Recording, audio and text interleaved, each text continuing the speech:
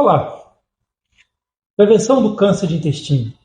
Esse é um assunto que em todos os meses de março foi mais uma vez chamado a atenção uma campanha da nossa Sociedade Brasileira de Coloproctologia, da Sociedade Brasileira de Endoscopia Digestiva e da Federação Brasileira de Gastroenterologia. São três entidades, uma entidade cirúrgica, entidade endoscópica, entidade clínica, que cuidam do aparelho digestivo. E foi escolhido o Março Azul. Nós temos aqui, inclusive, vestidos com a camisa Prevenção do Câncer de Intestino, do Março Azul. Na nossa campanha específica aqui da Policlínica Sagrada Família, colocamos um encare de frente. É preciso que se observe de frente, que se preste atenção de frente, a atenção ao câncer de intestino.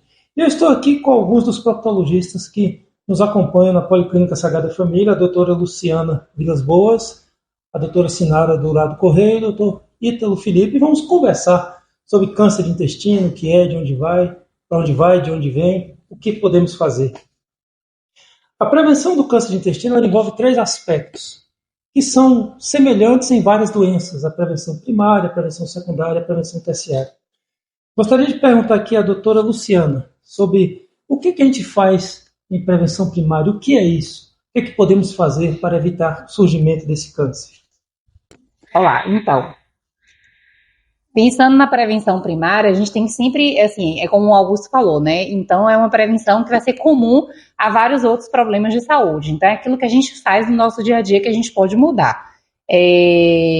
Começa com a alimentação saudável. Então, a gente já tem diversos estudos que mostram que uma alimentação rica em fibra, muita água, com baixo ultraprocessados, então aqueles industrializados, alimentos ultraprocessados, tudo isso entra na parte de prevenção.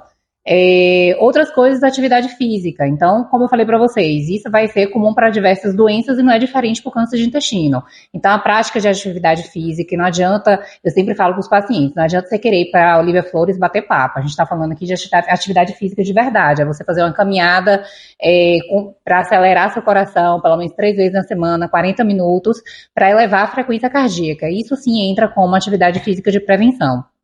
Deixa eu ver o que mais que a gente pode trazer aqui como prevenção. Cessar tabagismo, né? Então, a gente tem que estimular o paciente a não fumar, diminuir o consumo de bebida alcoólica.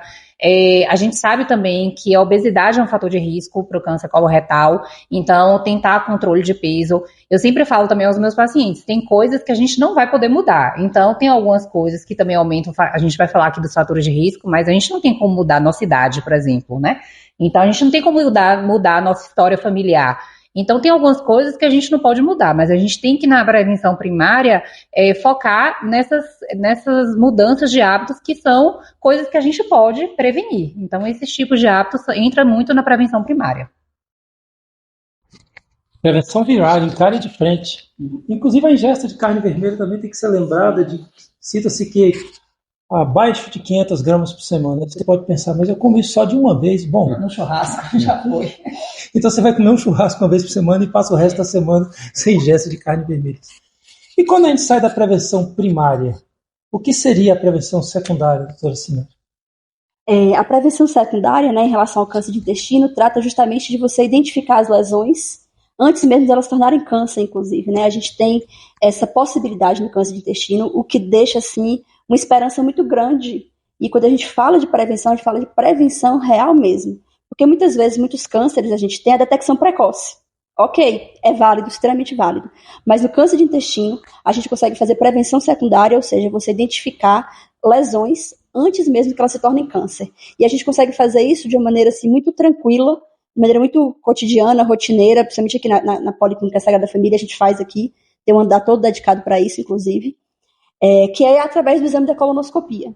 Então, muita gente assim, tem medo do exame da colonoscopia, não é um medo infundado, é um exame invasivo, é um exame que requer um preparo, o preparo é chato, você tem um procedimento sobre assistência anestésica, tem uma sedação, ou seja, tem todos esses poréns em relação ao exame, mas o exame ainda assim é melhor do que a doença. Então, não fujam do exame, você consegue, através da colonoscopia, retirar pequenos pólipos, que são lesões, né, pequenas verruguinhas, crescimento anormal de células que vão no intestino, e que com o tempo aquilo pode virar câncer, como também pode não virar. Como a gente não sabe qual que vai virar, qual que não vai virar, alguns têm maior chance, outros menores chances, assim que a gente encontra esse pólipo através da colonoscopia, ali mesmo ele pode ser retirado, e aí você muda a história da doença. era um paciente que em 5 a 10 anos poderia ter um câncer no futuro, você faz aquele exame naquele momento, tira aquele pólipo e você muda a história da doença do paciente, você tira ele daquela história que seria o câncer. Existem outros exames, né, que a gente pode fazer para prevenção, mas a colonoscopia, ela acaba sendo o exame mais completo e o que a gente consegue, de fato, fazer a prevenção através da retirada desses pólipos que podem virar câncer no futuro. Importante da prevenção secundária, como já citado, em 1998, Morris estabeleceu o termo screening, que é o exame de pessoas assintomáticas para estabelecer se eles têm alto ou baixo risco de desenvolver uma doença.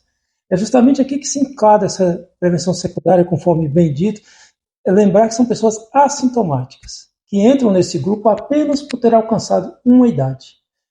Hoje nós falamos de 45 anos nos Estados Unidos, aqui no Brasil os guidelines falam em 50 anos, mas nós, como imitamos em muito os americanos, nós falamos de 45 anos também.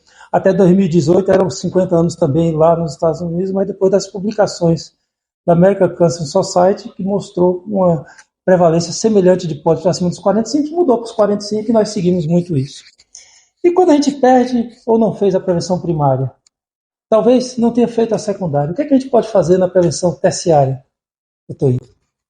Então, falando um pouquinho aí dessa prevenção terciária, né? Já passou dessa fase da primária, da secundária, o paciente não fez o diagnóstico precoce, que é o ideal mesmo no câncer coloretal, e a gente fala tranquilamente que quando diagnosticado de uma maneira mais precoce, as taxas de cura são altíssimas, né? Chegando a 90%, e mesmo em estágios um pouquinho mais avançados, a gente ainda tem uma taxa de cura aí em torno de 50%, 55%. Então essa fase é a fase que o paciente já vai ter, na maioria das vezes, os sintomas mesmo, já é uma fase um pouco mais tardia. Lembrando que o câncer coloretal, ele é um câncer pouco sintomático, ou muitas vezes mesmo assintomático, e nas fases mais avançadas, que vai ter aí a perda de peso, né, de causa inaparente, o paciente não está fazendo dieta, nada, está perdendo, sangramento nas fezes, alteração do hábito intestinal, uma hora está com diarreia, uma hora está mais constipado, né? A anemia de causa inaparente, não acha uma causa para aquela anemia, e aí a gente já pega essa fase mais avançada, que aí a gente vai, claro, determinar os procedimentos pós-diagnóstico, como tratamento cirúrgico, entre outros, que a gente vai conversar um pouquinho mais para frente. Só lembrando um pouquinho que o Sinara até falou de outros exames, né, para prevenção secundária. Um que chama muita atenção, inclusive é motivo de procura no consultório, é o tal sangue oculto nas fezes.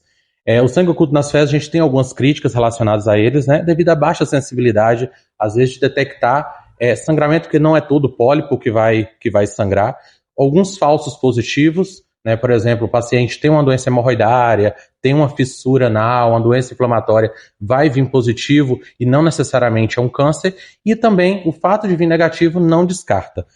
Só reforçando que ele deve ser feito, então, como rastreio populacional, né, até por causa do baixo custo mesmo, mas em pacientes de baixo risco. Moderado risco não tem mais indicação da gente pedir sangue oculto, visto que a colonoscopia é o melhor exame. Não sei se vocês pegam isso na prática de vocês, mas uma coisa que eu acho interessante é assim, o paciente às vezes faz uma colonoscopia e vai num colega e o pessoal continua pedindo sangue oculto nas fezes. Então, isso é uma coisa também que a gente tem que falar, e até para os colegas serve isso também, né? Que não adianta, se já tem uma colonoscopia, a gente vai determinar a partir daquela colonoscopia quando é que a gente vai precisar repetir um exame. Não adianta ficar fazendo sangue oculto todo ano no paciente que já fez a colonoscopia, porque, como você falou, é um exame que dá positiva muito fácil, então o paciente, é muito comum doença hemorroidária, né? A gente vê que doença hemorroidária a prevalência na população é enorme, e aí às vezes o paciente está ali toda hora fazendo sangue oculto, aí fez um ano, colonoscopia normal, daqui um ano faz o sangue oculto, vem para o consultório, querem fazer uma nova colonoscopia. E isso não vai motivar a gente a fazer uma nova colonoscopia, né? Na verdade, o que vai motivar são outras questões. Então, eu acho que o sangue oculto, na minha prática, pelo menos, eu quase não peço. Para mim é um exame que quase não funciona para mim. Assim, eu né? também utilizo muito pouco, até porque os pacientes vêm muito para a gente já direcionados, né? Muitas vezes o paciente chega sangrando, ele chega com sangramento visível, estou com queixa de sangramento nas fezes, por vários motivos até, né, não só exatamente o câncer, e aí quer uma solicitação de sangue oculto, ou chega com sangue oculto positivo, ou muitas vezes até negativo, como o Ítalo falou, né, às vezes o exame vem negativo, mas o paciente tem sangramento, ou por outros motivos, tem a indicação da colonoscopia. E o que eu acho interessante também é que muitas vezes o paciente ele chega assustado pelo sangue oculto positivo. Ele chega assim, tô fadado, tô com câncer, tô aqui já com meu atestado de óbito, porque eu vou morrer disso. E assim, como o Ítalo bem falou, o Luciano complementou bem também, é um exame que ele não tem, ele é muito pouco sensível, muito pouco específico, então você não consegue ter ali um diagnóstico baseado apenas naquele exame. Ele serve apenas como uma triagem. E que é bom que sirva, porque é o que o pessoal, né, o que a população comum, às vezes, não é tão conversado sobre câncer, é o que tem acesso. Ok, deu positivo, vamos então fazer a colonoscopia, vamos ficar tranquilo em relação a isso. O que eu acho que tem que ser, o que é importante, né, que ele não é um exame que não sirva para nada, não é isso que a gente está falando aqui. Mas é um exame que, até como o Augusto lutou aí um tempo para poder ser obrigatório na estratégia, por exemplo, de saúde da família. Então, assim, ele tem que estar acessível a todos os pacientes, né? Mas tem que saber interpretar. Não adianta só ficar pedindo, todo ano pedir ali, tem que saber interpretar, porque ele tem também sua importância, né? É um assunto extremamente interessante. O Luciano falou aqui que eu lutei, eu por um acaso fui vereador, não sou mais, e propus uma lei que já é lei no nosso município, a lei 2523 de 28 de outubro de 2021, que obriga, pelo menos as pessoas que se enquadrem no critério, a fazer a pesquisa de sangue oculto. É bom que se diga isso, porque a intenção dessa lei é que se você chega numa comunidade onde você não é possível fazer colonoscopia de todo mundo, por uma questão estritamente de logística, de recurso, então você poderia propor para uma população eleita acima dos 45 anos quem seriam os que fariam. Mas aqui no nosso consultório específico de proctologia, pesquisa de sangue oculto só faz confundir a cabeça. Primeiro, as pessoas estão com ele negativo, acham que não tem doença. Segundo, estão com ele positivo, se preocupam mais do que deve. Quantas vezes a gente não pega pacientes que a gente está repetindo colonoscopia já porque se enquadra em um outro critério, de que precisa repetir de tempos em tempos por diagnósticos prévios, ou segmento oncológico, ou segmento de pólipos, e vem com o exame de pesquisa de sangue oculto no meio totalmente perdido, que não ajuda nem para lá, nem para cá. Às vezes só atrapalha. Aqui vem até uma pergunta, perguntar aqui do Dr. Luciano, essa periodicidade. Você fez uma colonoscopia com 45 anos, ela deu normal, quando é que você repete? Se não deu normal, deu pólipo, repete com 1 ano, com 2, com 3. É o tamanho do pólipo, é a quantidade de pólipo, é o tipo histológico, é tudo isso? Como é que a gente responde isso um pouquinho, né? É tudo isso. E aí vem, assim, a gente vai mais uma vez a gente entra no conflito um pouquinho do que a gente vê até nos guidelines, né, e um pouquinho do que a gente vê na prática, né. Então, primeiro caso, que é o que todo mundo quer, colonoscopia normal com 45 anos. Se você for para as recomendações japonesas, algumas recomendações americanas, é colonoscopia com 10 anos, né.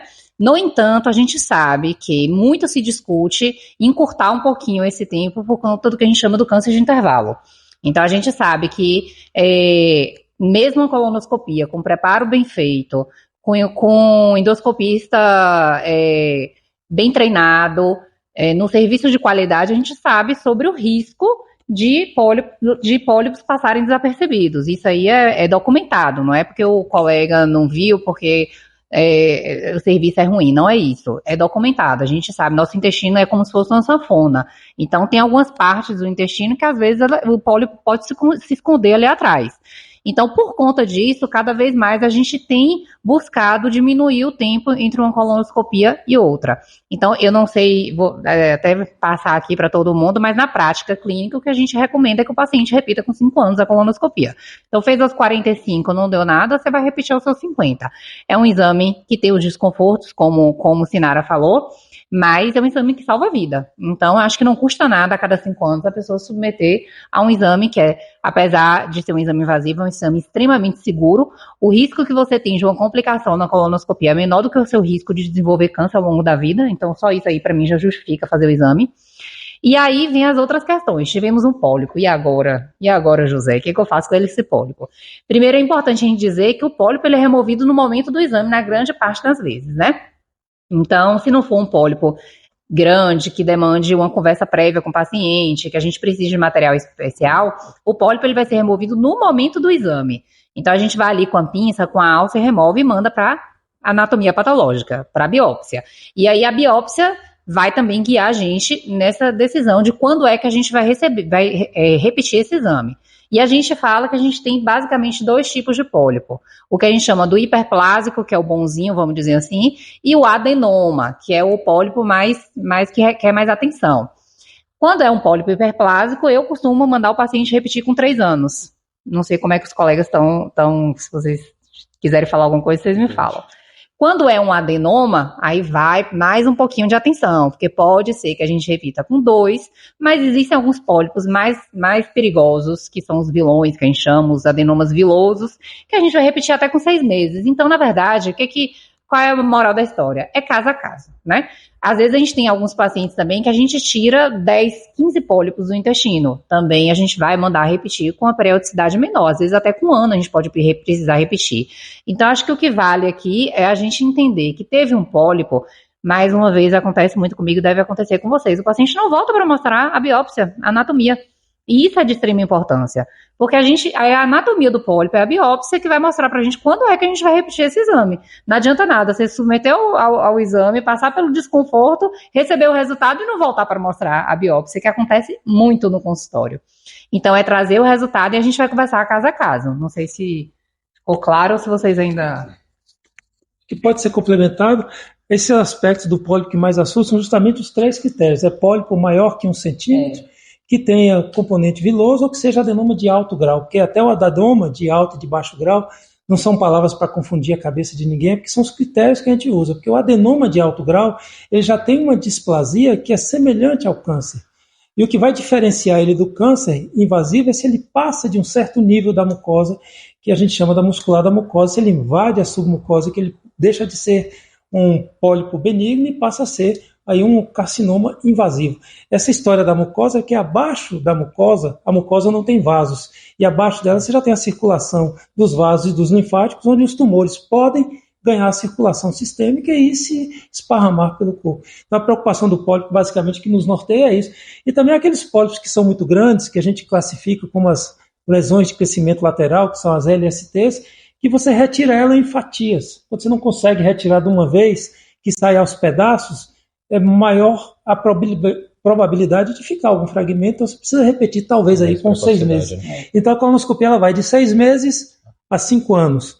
Os pólipos hiperplásicos têm apenas uma preocupação, que às vezes você tem um crescimento do pólipo serrátil, que pode estar junto com o hiperplásico, que pode ser uma preocupação a mais. E essa questão do pólipo perdido, o câncer de intervalo, a preocupação maior no colo ascendente, justamente, que é onde mais ficam as lesões, e as literaturas falam até de 11%, 12% de lesões. São 12% de lesões que a gente passa por cima sem ver. É uma preocupação grande. Em que pese o risco de se ter câncer de intestino ser pequeno, no geral em torno de 4% durante a sua vida, mas o câncer de intestino ele vem em 85% das vezes de um pólipo benigno prévio, como disse a doutora Sinara, de 5 a 12 anos. E nós precisamos perseguir esses pólipos. Mais algum aspecto sobre os pólipos, doutor Vitor? Não, acho que ele complementou bem aí essa questão da periodicidade da realização, que é uma dúvida muito constante no consultório, que os pacientes acabam fazendo várias vezes. Passa em 1 ano, não passa com 1 ano, passa com 2 anos. Mas tem que levar em consideração, além da questão de pólipos, o Luciano deixou claro, é individualizar a indicação dessa periodicidade, número de pólipos, tamanho, a histologia, e um aspecto que eu acho de extrema importância é falar sobre as características de um bom exame, né?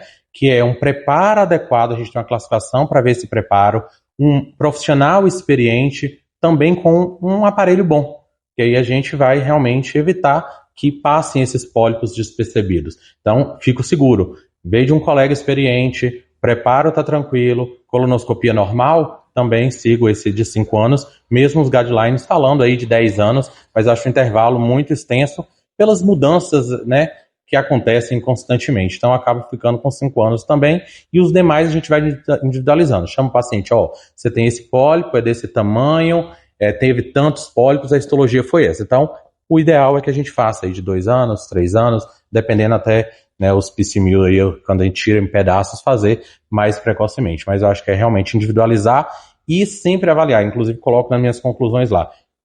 Colonoscopia ano tal, preparo ok, profissional que realizou e as outras características de imagem, tudo isso, se foram bem relatadas, para que eu possa, com segurança, falar, daqui 5 anos, se faça uma nova colonoscopia. É extremamente importante isso, porque hoje nós temos sempre quando a gente está nas literaturas, nos congressos, um capítulo à parte que é qualidade de colonoscopia. Qualidade de exame, né? E a qualidade de colonoscopia, ela está justamente aqui, como disse o Dr. Ito, os aspectos que determinam se a colonoscopia tem qualidade. Essa escala, por exemplo, que é a escala de Boston, que a gente usa, tem várias, mas é uma das que a gente mais usa. Um preparo inadequado é igual ao não exame. Você acaba o exame e fala, este exame não vale para prevenção. Screening, para prevenção. Ele pode valer para ver lesões grandes, mas se passou, foi até o seco, que é o nosso critério, o exame tem que ser completo, precisa ir até o começo do intestino grosso, mas precisa ter já esses critérios aí de bom preparo, bom aparelho, cuidado, etc. Existem já na literatura dados de tempo de retirada de aparelho, Isso é uma questão técnica do exame. O exame precisa ser lento, porque, como disse a doutora Luciana, é como uma sanfona, se você passar por cima, você não vai ver o que tem dentro dos buraquinhos da sanfona. A gente precisa ver todos eles para não passar nada desapercebido. Além de pólipos, doutora Sinara, tem alguma outra doença que nos chama a atenção, doenças doenças inflamatórias que podem predispor também ao surgimento do câncer? Isso existe? Existem outros fatores de risco, né, como você até falou, em relação às doenças inflamatórias.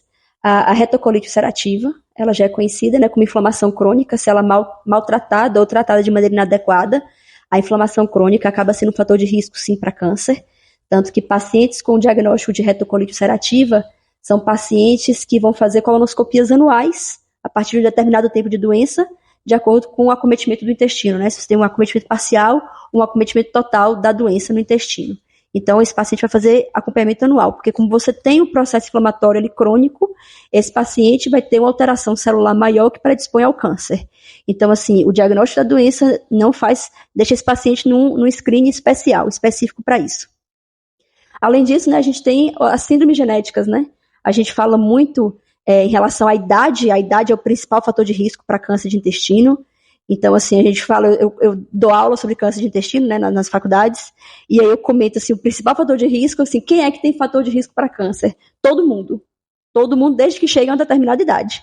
Então, homens, mulheres, chegou nos 45 anos de idade, 50 anos de idade, já é fator de risco para câncer. Mas, além disso, a gente tem outros fatores de risco, por exemplo, como as síndromes genéticas.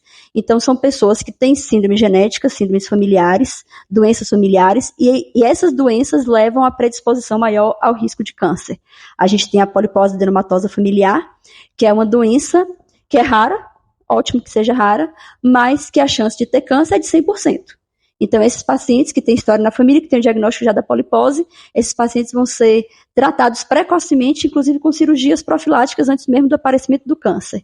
Existem outras síndromes também, a síndrome de Lynch, que também traz fator de risco para outros tipos de câncer, né, não só de intestino, mas também câncer do trato geniturinário, câncer ginecológico, e câncer de intestino também. Então, também são pacientes que são estudados em relação às síndromes genéticas e faz com que o acompanhamento desses pacientes ele seja feito de maneira mais precoce.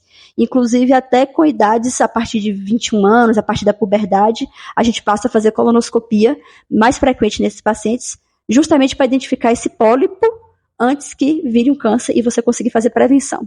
Ou até mesmo, como na polipose adenomatosa familiar, como eu citei, você identifica o pólipo, você identifica que o paciente tem múltiplos pólipos, mais de 100 pólipos no intestino, a gente não sai contando, mas visualmente a gente tem esse diagnóstico, e a partir dali a gente programa para que esse paciente faça a cirurgia, a retirada do intestino, antes mesmo que tenha o câncer, porque o câncer ele pode ser invasivo, e aí ter outros estágios de câncer onde a cirurgia não seja curativa. Então a ideia desses pacientes é você fazer a cirurgia, a retirada do intestino, antes mesmo do aparecimento do câncer.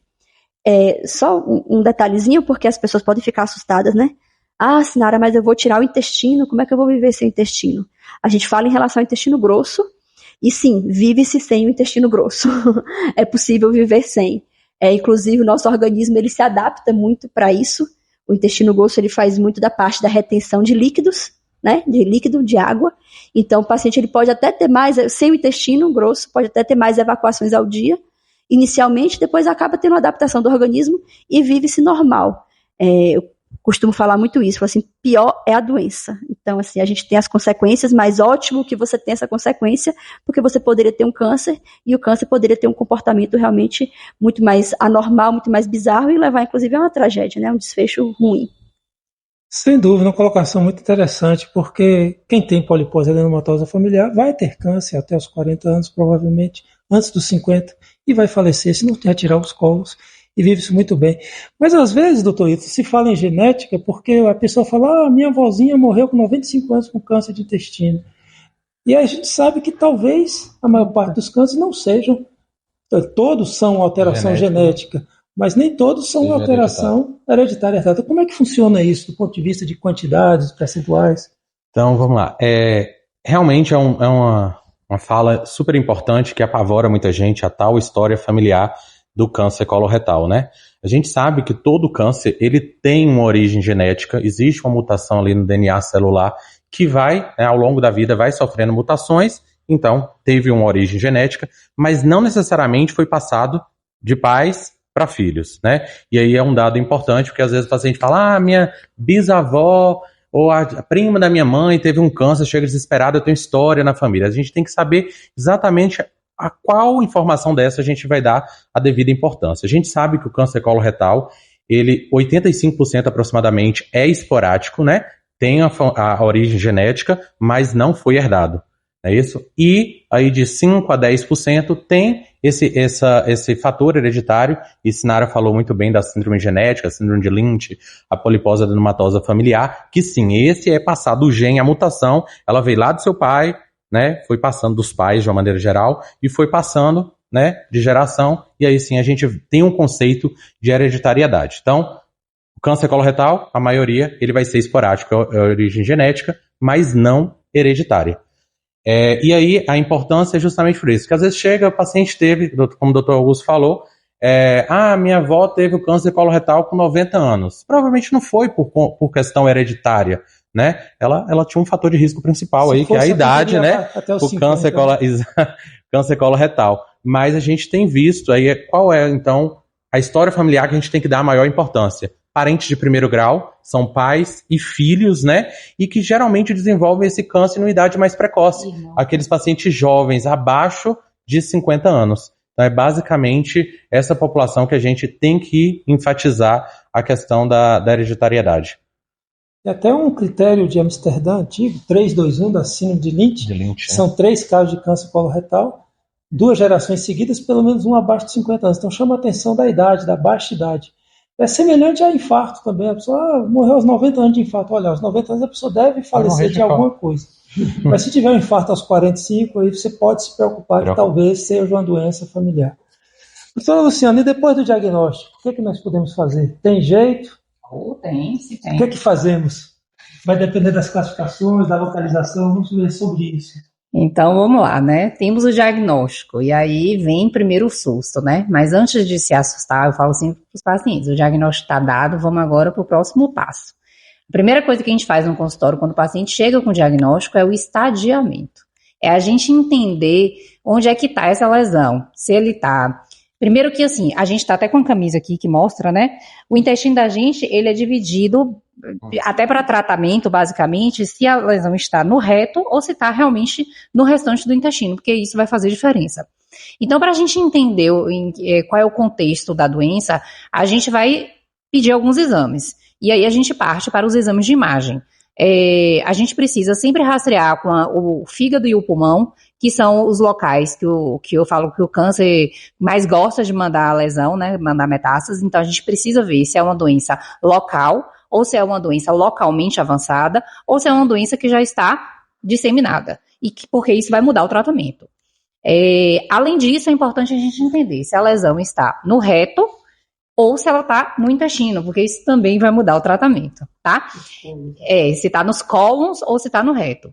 Então, assim, primeira coisa, chegou no consultório, a gente conversar com o paciente e pedir o estadiamento. O estadiamento é tomografia de tórax, tomografia de abdômen, e algumas vezes a gente precisa da ressonância para poder ver a pelve, né, quando é uma lesão de reto. Diagnóstico no reto, vamos começar de baixo para cima, né? Então, se a gente tem uma lesão que a gente examina o paciente, a gente consegue tocar a lesão, então significa, a depender do tamanho do dedo, né? Do examinador. Mas se é uma lesão que a gente considera, o reto da gente, ele é dividido em 3 partes, o reto baixo, o reto médio e o reto alto. Se é uma lesão que está no reto baixo ou médio, a gente consegue tocar essa lesão no exame físico. E aí esse paciente, comumente, ele vai ser encaminhado primeiro para um tratamento com quimio-radioterapia neoadjuvante, na maioria dos casos, tá? Porque a gente precisa irradiar e tratar esse paciente antes da cirurgia. E aí ele vai para o oncologista, vai para o radioterapeuta e depois que ele vem para a cirurgia. Se é uma lesão de reto alto ou então no restante do cólon, aí a gente vai direto, comumente, para a cirurgia, né? E aí falando, talvez vocês queiram falar mais alguma coisa, mas falando sobre cirurgia, a gente tem também algumas opções cirúrgicas, que são as vias de acesso, os tipos de cirurgia. Mas não sei se você quer falar alguma coisa antes da gente entrar nesse tema propriamente dito. Podemos ir falando e aqui é um bate-papo informal para que saiam as informações. É porque falou de cirurgia, eu me animo logo. Empolgou, né? Eu me empolgo logo. O câncer de intestino, que seria o cólon e reto, basicamente ele vai ter um tratamento cirúrgico, com exceção daqueles de reto distal que se enquadram em critérios onde você consegue a remissão total e a cura com a radioquimioterapia isoladas, que no passado não se aceitava isso, mas hoje está muito claro com os últimos guidelines de trabalhos que mostram isso. Mas a grande maior parte vai precisar de uma cirurgia, quer seja cirurgia abdominal, por vezes cirurgia transanal, e as cirurgias têm várias formas de fazer. Quais são as formas, doutor, que a gente pode fazer uma cirurgia? Para dividir os cirurgiões. Vamos dividir, né? Então, as vias cirúrgicas, basicamente, a laparotômica, né, que é a via convencional, que é aquela velha, antiga cirurgia aberta, né? Aí agora a gente entra também na era das cirurgias menos invasivas, dentre elas a videolaparoscopia, né? A videolaparoscopia, para aqueles que não sabem, a gente faz, né, vídeo assistido, a gente introduz uns trocárteres, né, que são alguns portais, por onde a gente passa o material de trabalho, tá? E existe muito aquelas dúvidas, mas será que dá para ver, dá para tirar, dá para pegar? É tão boa quanto? Então hoje já não existe mais essa discussão, a gente sabe que a videolaparoscopia tem o resultado oncológico. Quando a gente fala resultado oncológico, é uma cirurgia curativa, tirou a quantidade de linfonodos, tirou o tumor completamente, tão boa quanto ou até um pouco superior à convencional, a laparotômica, né? Que é a via aberta. Então a gente tem também essa videocirurgia, que não é, deixando claro, não é uma cirurgia meramente estética, que muitos falam, é porque não tem corte, é estética. Ela tem a questão estética também associada, mas está muito mais relacionado com a recuperação pós-operatória melhor, né, uma melhor resposta, uma resposta endócrino-metabólica, né, inflamatória de uma maneira geral, falando mais controlada. Então o paciente tem uma alta muito mais precoce do que a via laparotômica. E aí a gente entra também, outras menos invasivas, a robótica, que inclusive aqui em Conquista já está tendo. Já oferecemos a robótica, viu? Cirurgia robótica, né? Que traz, principalmente no tumor de reto, né, uma precisão um pouco maior e sem contar com a ergonomia para o cirurgião. Ela é uma visão 3D, os movimentos são mais precisos, né? Então vem aí a cirurgia robótica e não vamos esquecer dos procedimentos ainda menos invasivos, que é o TEM, né, e o TEL, que a gente faz de maneira transanal, mas claro que tem as indicações específicas, e até mesmo a colonoscopia terapêutica, com as mucosectomias aí em tumores mais superficiais. Então também pode ser utilizado como forma de tratamento. Resumidamente, aberta, a laparoscópica, que é de vídeo, né, que o pessoal vulgarmente chama de laser, mas não é laser, é vídeo, cirurgia, a robótica e as outras ainda, como o TEL e a própria colonoscopia terapêutica. Mas, Sinara... Eu ia comentar um pouco sobre, assim, o pessoal comentou aqui sobre a cirurgia, a indicação da cirurgia, acompanhamento do paciente, estadiamento. E, assim, a cirurgia, o tratamento, ele é basicamente cirúrgico, né? O tratamento do câncer é basicamente cirúrgico. Ele pode ter uma quimio-radioterapia antes, como no caso do reto, como a Luciana bem falou. Você pode ter uma quimioterapia depois, a depender do estadiamento que a gente vê após a cirurgia. Ou seja, se você tiver linfonodo acometido, se você tiver uma doença que ela está localmente avançada, você tem a indicação ainda do tratamento quimioterápico após a cirurgia. Então, você também pode ter novas chances, boas respostas em relação a isso. E, assim, a cirurgia a ser feita, ela depende do local do tumor. Então, se eu vou tirar a parte de reto, de sigmoide, se eu vou tirar o cólon esquerdo, se eu vou tirar o cólon direito. E aí eu acho que a gente pode fazer uma explicação muito mais abrangente do que ficar aqui explicando anatomicamente onde está o intestino, onde não está, o que é que eu vou tirar, o que é que eu não vou tirar. É importante que a cirurgia ela tenha a proposta curativa, e sempre quando o cirurgião ele encara, né, esse desafio de operar um paciente oncológico, a proposta é que ela tenha realmente margens livres, que tenha a quantidade de linfonodos adequados, para que você tire a doença, Algumas vezes você não consegue, porque a doença ela pode estar avançada, então a gente considera que não foi uma cirurgia curativa, mas ainda assim ainda tem um resgate com quimioterapia que pode ser feito depois, e esse paciente pode ainda ter a chance de cura, sim, em relação a essa doença.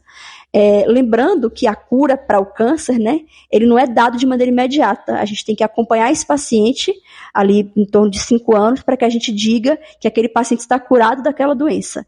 E ainda assim, mesmo após os 5 anos de acompanhamento livre da doença, ele é um paciente que já teve um câncer prévio, então ele é um paciente que a gente tem que ter mais atenção e tem que continuar acompanhando para prevenção de novos cânceres. É importante lembrar que quem teve câncer de intestino e operou qualquer um desses segmentos, qualquer um deles que seja, que o intestino ficou grande parte lá e que tem um risco de ter o câncer e precisa desse tipo de segmento. Ou seja, não se coloca um ponto final, é um ponto de continuação de tratamento e acompanhamento. Doutora Luciana, quando se fala em cirurgia de intestino, as pessoas se assustam muito com as bolsinhas, as colostomias. O que é isso? Funciona? A gente abre, a gente fecha? Para que existe? Como é isso? Eu falo assim, quando eu estou na consulta, né, eu atendo bastante câncer coloretal, eu vou esperando, porque eu sei que em algum momento essa pergunta vai vir. E às vezes não vem, mas eu já falo logo. Quando a pessoa já não perguntou, eu falo, olha, você não me fez uma pergunta e a gente vai entrar nesse tema, sobre a questão da colostomia, que são as bolsinhas, né? Dou alguns exemplos, eu acho que a gente teve uma visibilidade grande, porque a gente teve alguns famosos que precisaram do uso da ostomia, então isso faz com que as pessoas conheçam mais, porque ainda é um assunto que traz muito, muito medo, muito desconhecimento, e então a gente precisa conversar sempre sobre isso com o paciente que tem um diagnóstico de câncer. Não significa que ele vai sempre usar, mas tem que sempre ser conversado. A bolsa, às vezes o paciente fala, eu vou ter que usar a bolsa? Então, assim, existe uma indicação de colostomia em algumas cirurgias, mas não são todas que irão precisar. Nem todo paciente que está com câncer de intestino e que vai para a cirurgia vai precisar de uma colostomia. Quando é que ela é necessária? Ela vai ser necessária, geralmente, no paciente que entra na urgência. Então, assim, aquele paciente que não teve o diagnóstico, ele passou por todas essas etapas aqui que a gente conversou e ele não teve um diagnóstico, mas ele começou com um quadro de dor abdominal, de extensão abdominal e foi para a emergência e lá ele descobriu. E às vezes, nesses casos de urgência, eu falo que nosso intestino, gente, parece um cano de pia. E tem alguma coisa, quando a gente está com uma lesão de intestino, está crescendo alguma coisa ali e está entupindo o cano. Se chega um momento que esse cano entope, o que vai acontecer? Ele vai estourar. Então, quando o paciente vai para a urgência com o intestino obstruído, muitas vezes a gente precisa da colostomia para poder tirar o paciente do quadro de urgência, porque ali a prioridade ali é salvar a vida do paciente. Então, em alguns casos, a gente vai sim precisar temporariamente, na emergência, dessa bolsa. Nas cirurgias eletivas, a grande maioria dos pacientes, a gente, quando não tem lesão no reto, a gente não vai precisar de colostomia neste primeiro momento. Paciente que não tem lesão no reto, que a lesão é nos cólons, dificilmente ele vai precisar de uma colostomia durante a cirurgia. Não, dificilmente por quê? Porque a gente sabe que mexer o intestino, a gente tem sempre risco. Foi operar o intestino, o risco existe, nem que seja um risco tardio de alguma complicação que o paciente viver pós-cirurgia. Essa conversa tem sempre que existir com o paciente. Já as lesões de reto, a gente muitas vezes pode precisar de uma colostomia. Muitas vezes ela é temporária, não é para sempre. Mas quando a gente faz uma cirurgia, que é uma cirurgia no reto, que é uma cirurgia de um risco maior, que a gente sabe que aquela costura ali é uma costura de maior risco, muitas vezes a gente faz o que a gente chama de uma ostomia de proteção. Então a gente desvia o intestino temporariamente para, vamos dizer assim, eu falo para o paciente para ele entender que é para cicatrizar melhor. E aí assim que cicatriza, a gente consegue reverter o intestino. E tem paciente que vai usar a bolsa para sempre? Existe. Então pacientes que têm lesão no ânus, pacientes que a gente não consegue dar uma margem de ressecção, que a gente não tem, assim, tá tão baixa a lesão que a gente não tem mais como tirar e costurar. Esses pacientes, às vezes, eles vão vai ser necessário o uso de uma bolsa. Aí o que a gente chama, alguns pacientes vão para o que a gente chama da amputação, que é fazer a bolsa definitiva e não vai ter condições de reverter. Doutora, eu vou viver com bolsa? Gente, ninguém escolheu viver com bolsa, mas eu falo que bolsa, a ostomia salva vidas. Então, a gente faz de tudo que a gente puder para evitar o uso de uma bolsa definitiva, mas em alguns casos ela vai ser necessária. E eu vou poder ter uma vida normal? Completamente normal. Então, assim, eu adoro mostrar para meus pacientes algumas blogueiras de ostomia que a gente tem no Instagram, porque porque a gente tem que mostrar, a gente tem que mostrar mesmo. Eu não sei se eu expliquei no começo, né, que a gente começou já a falar, mas o que é a ostomia? Se quiser falar, até para... A ostomia é essa comunicação, né? Na verdade, toda ostomia é uma comunicação que a gente faz de maneira cirúrgica. Ou seja, se eu vou fazer uma comunicação do intestino com o ambiente externo, eu estou fazendo ali uma colostomia. Luciana falou da ileostomia, que é o intestino fino, é a comunicação desse intestino fino com o meio externo. Então eu consigo fazer esse desvio, ou até mesmo, né, nas colostomias definitivas, aquilo ali passa a ser a parte final do intestino do paciente, a parte do ânus, a região lá da região anal não existe mais, porque foi amputada, foi retirada em função do câncer, e aí você fica ali com aquela ostomia, com aquela colostomia terminal. E eu acho que a Luciana colocou muito bem, a gente tem que desmistificar em relação às colostomias, porque quem está com a colostomia é porque sobreviveu, porque a doença não permitiria outro tratamento que não fosse a colocação daquela bolsa.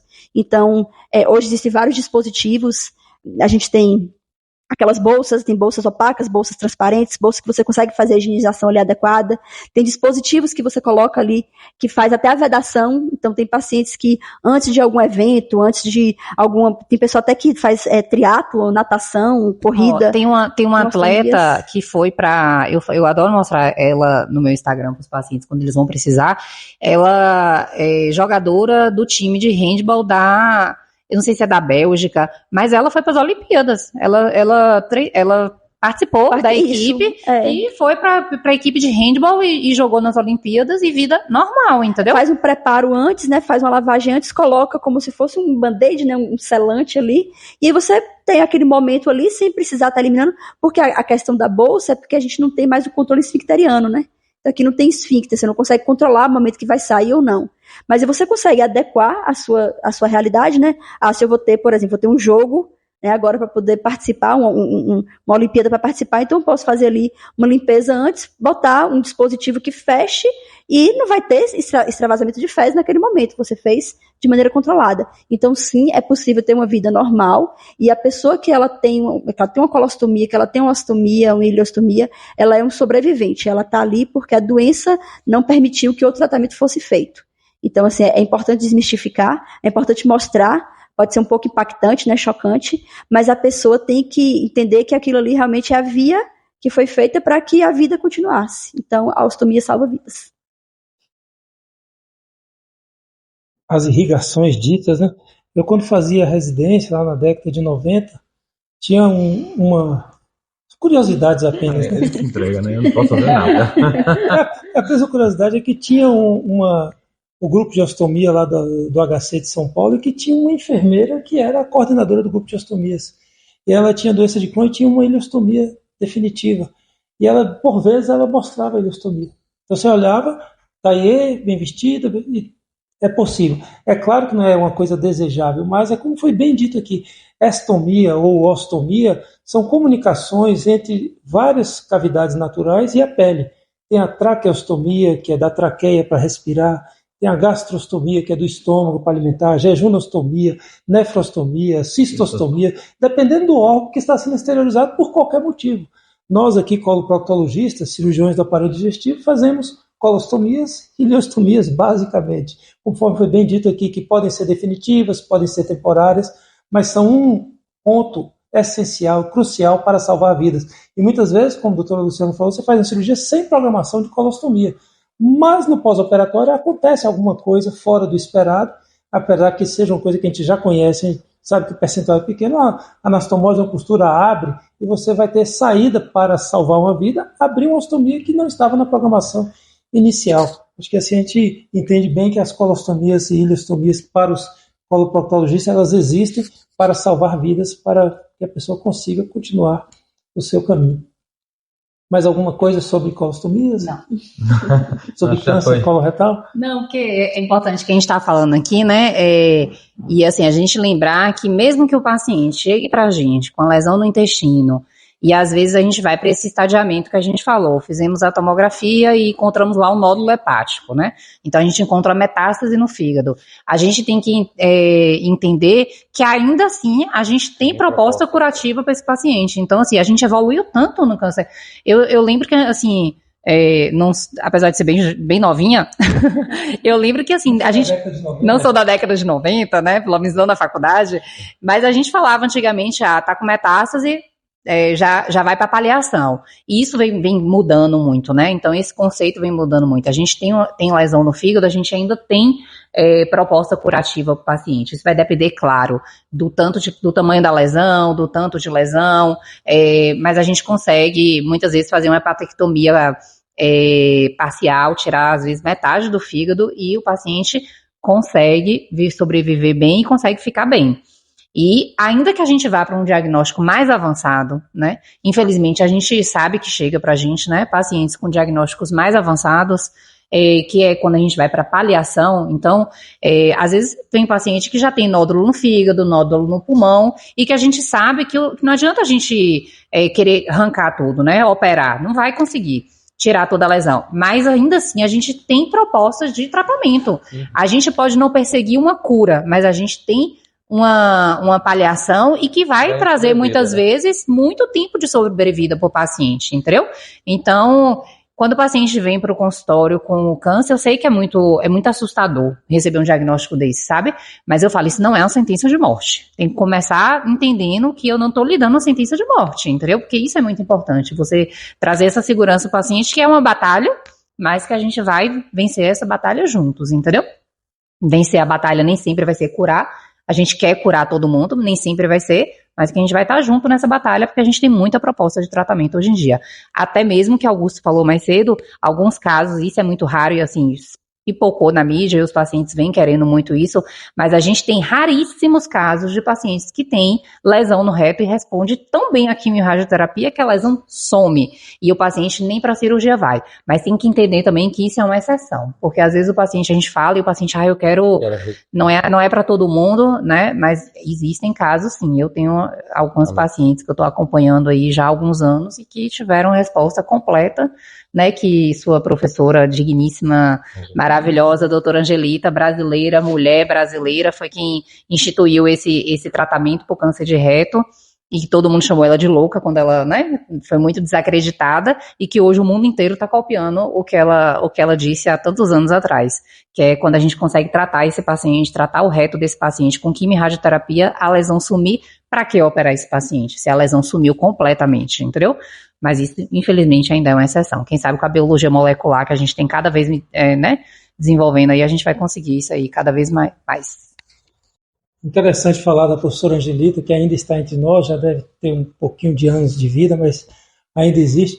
Eu me lembro, na década de 90, entrando em cirurgia com a professora Angelita, justamente de câncer de reto distal, que tinha sido feito o tratamento radioquimioterápico, e que ela estava convicta que não precisava operar e que as peças davam negativas, que foi um dos momentos que ela já estava dizendo sobre o watch and wait, que a gente conhece tão bem hoje, que é observar, esperar, aguardar, apenas com tratamento radioquimioterápico. Eu também tenho pacientes aqui acompanhados com esse tipo de situação, e lembrar que eles precisam ser acompanhados, eles não podem desaparecer do acompanhamento. A própria quimioterapia, o tratamento oncológico mudou muito. No passado, você tinha um quimioterápico que era para todos. E tinha os pacientes que não respondiam e você não sabia por que um respondia e outro não. Hoje nós já temos estudos específicos de imunistoquímica que estabelece esse paciente vai responder melhor a esse quimioterápico, responder àquele quimioterápico. Então, o tratamento hoje quimioterápico das lesões avançadas de fígado, de pulmão, você tem uma droga específica, você tem um tratamento muito mais localizado, direcionado, correto e com resultados bons de acompanhamento desses pacientes. Mais algo sobre o câncer coloretal? São tantas coisas. É muita coisa. Acho que a gente conversou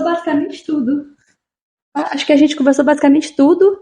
E aí fica essa palavra final da prevenção, né? Eu acho que o mais importante, a gente conversa sobre cirurgias, a gente, enquanto proctologistas, né, cirurgiões, a gente já recebe o paciente muitas vezes com o diagnóstico dado, mas o recado para a população, o recado para os colegas médicos é de prevenção.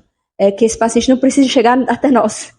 É que a prevenção seja feita, que chegue para a gente para poder fazer o exame apenas, né? Mas já chegue com o pedido do exame, bem indicado, bem colocado.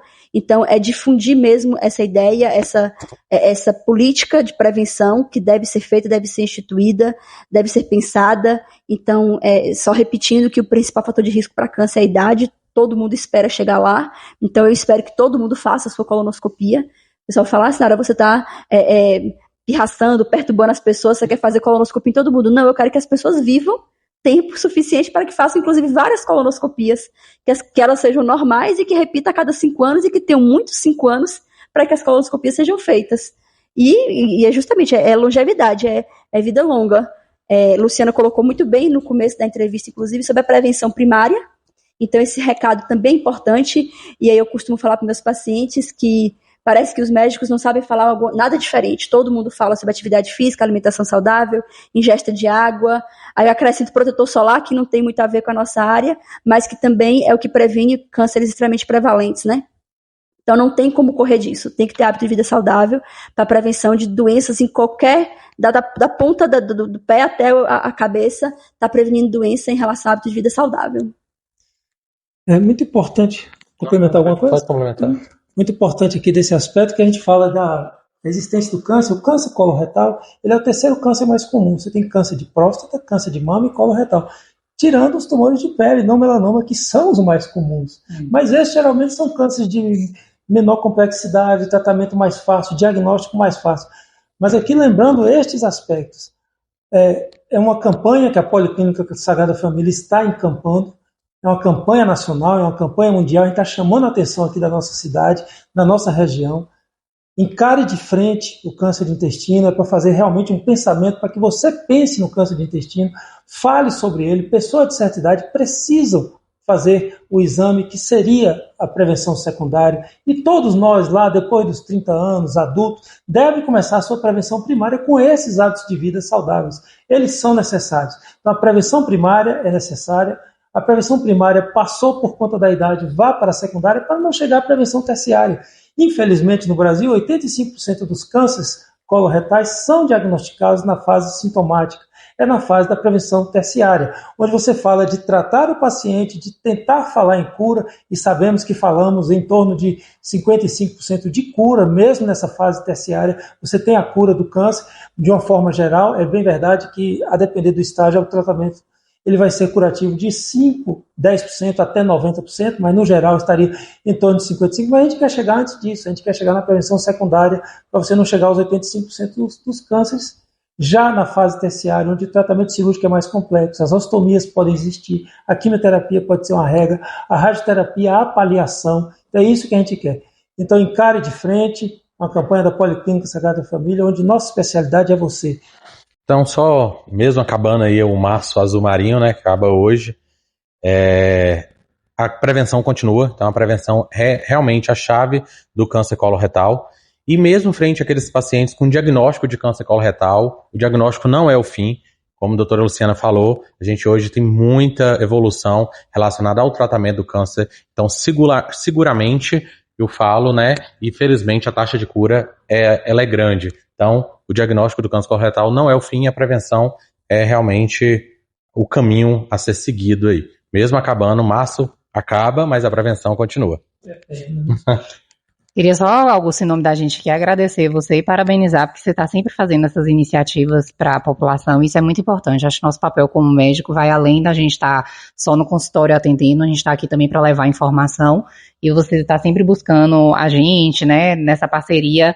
A clínica para quem não conhece a Sagrada Família, eu falo, hoje em dia eu só faço o exame aqui, porque realmente é diferente, é uma clínica que oferece conforto, qualidade. Então, te agradecer pela parceria.